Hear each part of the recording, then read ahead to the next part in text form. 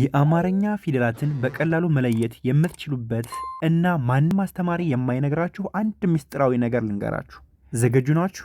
እሺ፣ ወደ ቪዲዮ ከመሄዳችሁ በፊት ቪዲዮውን ላይክ፣ ኮሜንት፣ ሼር፣ ኮፕሊንግ አድርጉ። አማርኛን ማንበብ የማትችሉ ከሆነ ቤቱ ለእናንተ ነው። ፎሎ አድርጉና ተከተሉ። በውስጥ መስመር መማር የምትፈልጉ ከሀገር ውስጥም ሆነ ከሀገር ውጭ ሆናችሁ መማር ትችላላችሁ። ስልካችን ባዮ ላይ አለ። ቀጥታ ወደ ትምህርቱ ነው የምንሄደው። ዛሬ የምናየው ፊደላት ከአንድ ፊደላት ማለት ነው እንዴት እንደሚተሳሰሩና ተዛማጅ እንደሆኑ ማለት ነው። በጣም ለጀማሪዎች ወሳኝና ምርጥ ትምህርት ነው። እስከ መጨረሻው ብታዩት ታተርፉበታላችሁ ማለት ነው። ዛሬ የምናየው በትንሽ ለውጥ ብቻ ፊደል እራሳቸውን እንዴት እንደሚቀይሩ እና ደግሞ እንዴት መለየት እንደምንችል እናያለን። እች ሰነች አለ ሰ ኤስኤ ሰነች። እች ሸነች ሸ ኤስኤችኢ ሸ። ስለዚህ በቅርጻቸው ማለት ነው በቅርጻቸው እች ሰነች እች ሸነች ጭንቅላቷ ላይ አግዳሚ ባይኖራት ኖሮ ሰ ነበር የምትሆነው።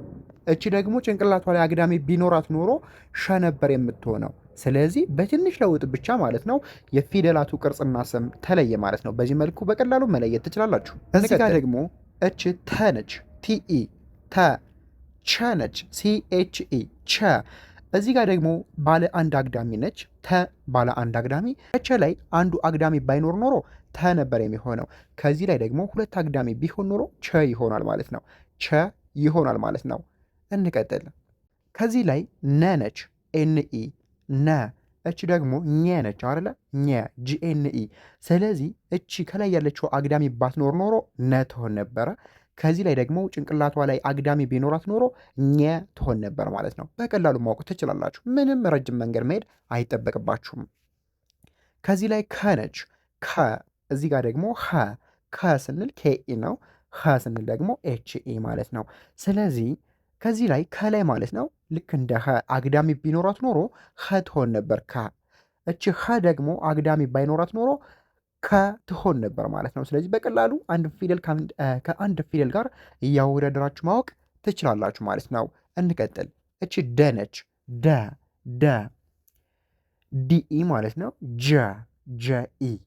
እዚህ ጋር ደግሞ ደ ጭንቅላቷ ላይ አግዳሚ ቢኖራት ኖሮ ጀ ትሆን ነበረ። እዚህ ጋር ደግሞ ጭንቅላቷ ላይ ያለው አግዳሚ ባይኖር ኖሮ ደ ትሆን ነበረ። ስለዚህ በትንሽ ልዩነት ፊደልን መለየት ትችላላችሁ። እዚህ ጋር ደግሞ በ ነች በ ቢኢ ቨ ቪኢ። ስለዚህ እዚህ ላይ አግዳሚ የለውም። ከዚህ ጋር ግን አግዳሚ አለው ማለት ነው። ስለዚህ ይሄኛው ቢኖረው ኖሮ አግዳሚ ቢኖረው ኖሮ ቨ ይሆን ነበረ።